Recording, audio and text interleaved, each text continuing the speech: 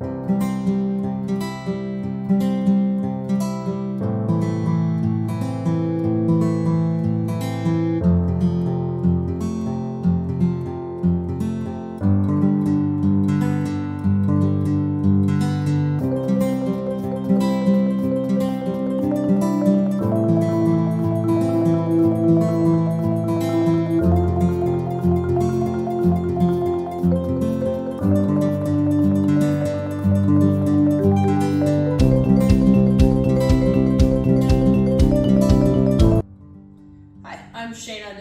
am the founder and executive director of Women's Workshop Richmond. Women's Workshop Richmond is a local nonprofit that focuses on empowering women through power tools. One of the things that I love about Women's Workshop is being able to empower women to be able to do things on their own, like basic drywall patching, how to replace the guts of a toilet, how to install a towel rack, some things to really allow them to feel like they can make changes at their home on their own. Our goal is not necessarily for you to go home and be able to build whatever you want. Our goal is for you to feel comfortable enough when you go home to make mistakes and to try it and have that same confidence. So a lot of times women will come to a workshop and they're kind of nervous at first, they get going, and then they get to the middle and there's like a little bit of like a slump because they're not able to see what's happening, and then they get to the end and they're able to see this product come together and they just are like, I made this thing, and they're so proud of themselves. And it's just wonderful to see, and sometimes it ends up being much bigger than that. So one woman came to the workshop and built this, and it's literally one cut and 2 screws, and she felt so empowered that she went home and built a buffet, and then couldn't find drawers that matched that, so she built those, and she's now on our board because like she just kind of ran with that and turned into something pretty amazing.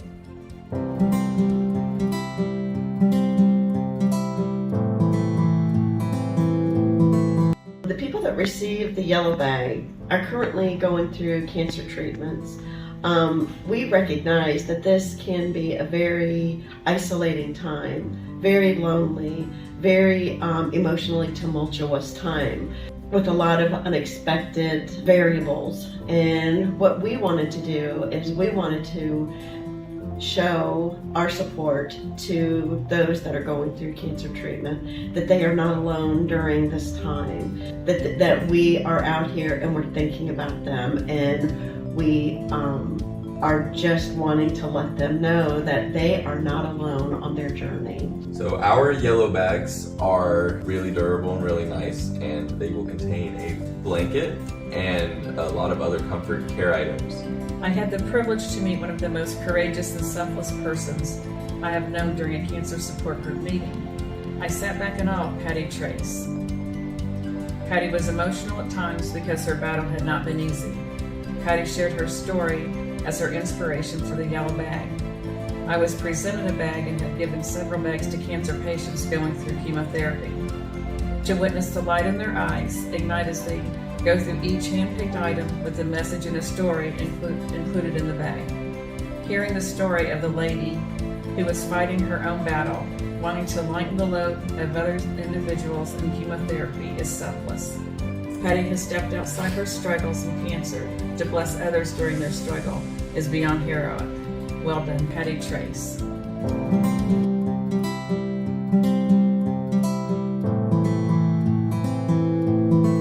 Inspired Events organization is personal to me because I never got to dance with my dad before he passed on. And another reason is because my son and my daughter, he was working and going to school a lot. So they too were the reasons why I wanted to do something to bring families together again and make those lifetime memories. The Women's Foundation gave me a grant, and the grant just changed my life.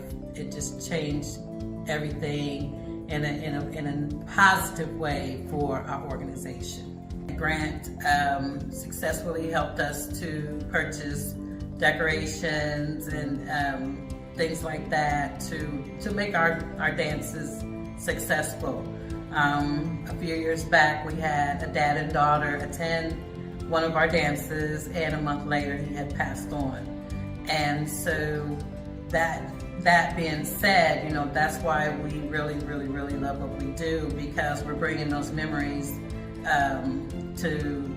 help dad and daughters just make those times, set aside a few hours to come together and make those memories with each other.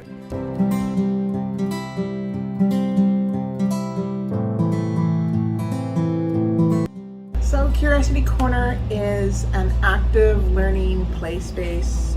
It's a place for kids and families to play together. Kids often will run in to that space. They look forward to it. They look forward to seeing what's new. We have a rotating theme. So there are 12 monthly themes, and we try to alternate between pretend play oriented activities and science. We see children and adults interact together with it. So one of our favorite themes is the pizza shop. And we see kids taking pizza orders, making pretend change. So there's a little element of math there as well. Sometimes social workers come in with their children that they're working with, and that makes a nice space for them to interact with each other. It has been an enduring activity here that kids just love. Kids, families, social workers, everyone who comes in here pretty much uses that space.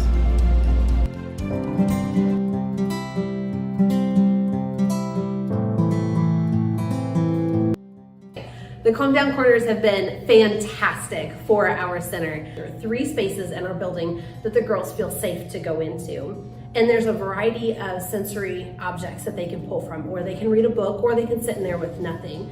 And some of the most popular are the Rubik's Cube type of fidget toys and a pillow of all things that can be knotted and unknotted. And so it has been a very interesting and exciting addition to the building for the girls to learn how to address their emotions and how to talk about them with another adult. Each one is in an accessible program space so that they don't have to leave the program that they're in to have a moment. So we're calling them time-ins, they are not timeouts. And the girls get to pick when they want to go in, but the staff have also been coached to give the girls an opportunity to identify to them or be coached about, this might be a good time to use the Calm Down Corners.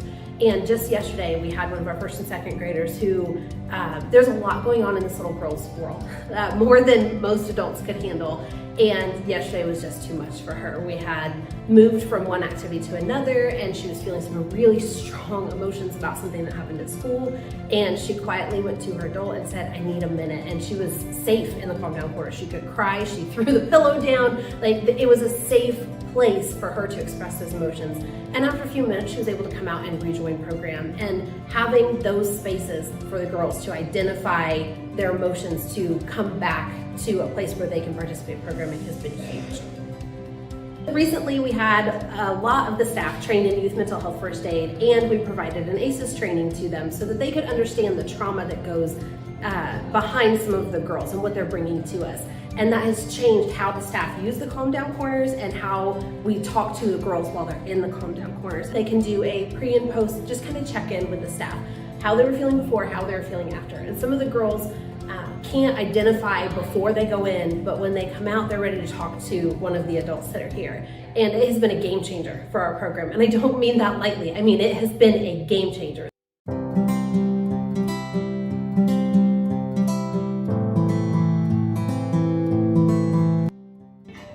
We as women encounter challenges that are different from men. Women of worth are women of all socioeconomic backgrounds. We come together and we discuss our challenges. We're each unique in our own way. So what WOW does, it helps us and it shows us and gives us the outlet to balance all of that so that we can live fulfilling, balanced lives. It's amazing because we had one of the ladies, she said she wanted to buy a house. She went through one of our programs, and we do financial literacy, and once she completed that, now she has a house. She purchased a house. We had one lady who came in. When you saw her, her shoulders, her body language, she was broken, totally broken. And once she completed the program, she said, "I am free. I am free." We as women try to do everything for everybody all the time, but wow is a time that they get to do for themselves. Thank you.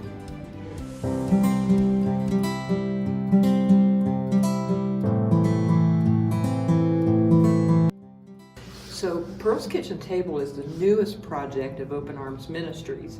We always look to see where are there gaps in services, where are there vulnerable populations that no one is serving, and we came across a mom with a 7-year-old daughter living in a homeless shelter, walking the streets in 90-degree temperatures, carrying their 5 backpacks with all their belongings, and it was dangerous. We sat as a group, which we do for almost everything. When we meet with a client, we sit as a group afterwards and discuss what can we best do to help this person, and that's how we formed Pearl's Kitchen Table. Pearl's Kitchen Table seeks to help women who have fallen through the cracks, between what other agencies provide in our community. We're stretched very thin, and because of the grant that we received from the Women's Fund, we've been able to hire a part-time coordinator just for Pearl's Kitchen Table. And that means we can serve more women in that program. And she's been able to go out into the community and proactively meet women, go out to a shelter and meet somebody, or, on an evening, go and meet somebody who's looking for help. And it's a kitchen table because that's where we gather together. We set aside our differences, we talk about our problems, and together we find solutions.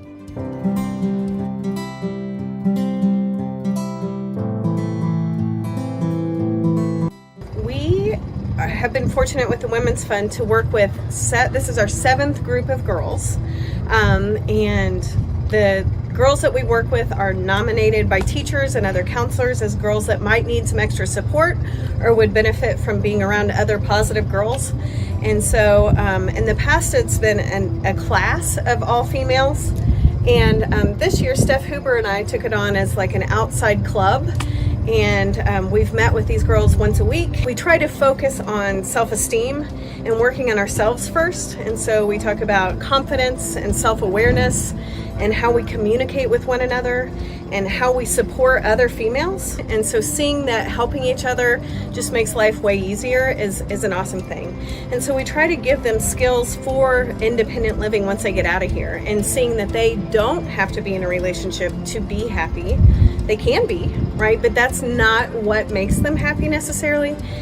And showing them that they can do things on their own. They don't need someone else to be successful. And so things like we learned how to change oil in a car. We've also done service. We have worked at the food pantry in Richmond at Circle U. We've also in Cincinnati this past weekend, we volunteered for Lighthouse, which is a teen homeless shelter, which was really, really great. And I just think that many of these girls in this group have not had the opportunity to give. Knowing what it feels like to be able to give to someone is very empowering, and I think it gives them strength and it makes them feel really important, which they should.